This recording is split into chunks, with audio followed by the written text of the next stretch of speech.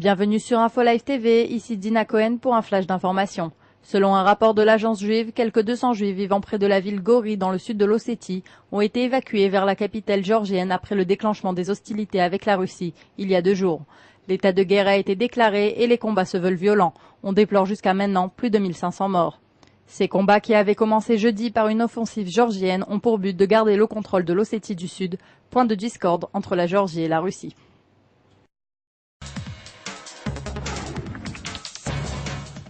La Syrie s'oppose à l'Agence internationale de l'énergie atomique et interdit à ses experts un deuxième accès au site de Deir ez-Zor. En effet, la délégation occidentale avait déjà effectué une visite sur le site avant qu'Israël ne le bombarde en septembre 2007. Il s'agirait d'une tentative syrienne d'occulter la réalité de l'activité du site. Selon des sources israéliennes, Damas y développait un programme nucléaire clandestin avec l'aide de la Corée du Nord, ce qui a apparemment causé sa destruction par les forces armées de l'État juif. Début encourageant pour Israël au premier jour des Jeux Olympiques de Pékin. Lors de la journée inaugurale samedi, les athlètes ont occupé une place respectable dans de nombreuses épreuves et ont été proches du podium olympique grâce à la performance du judoka Gali Koutiel qui est passé de peu à côté de la médaille de bronze. Un incident est pourtant venu troubler la compétition quand un nageur iranien a refusé de se confronter à l'Israélien Tom Be'eri et a finalement abandonné la compétition.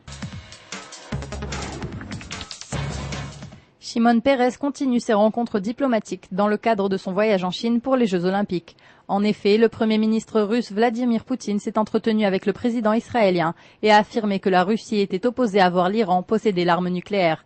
Il a ajouté que le gouvernement russe n'était pas indifférent aux inquiétudes israéliennes face au projet nucléaire de la République islamiste. Les 2 chefs d'État se sont rencontrés à Beijing ce week-end.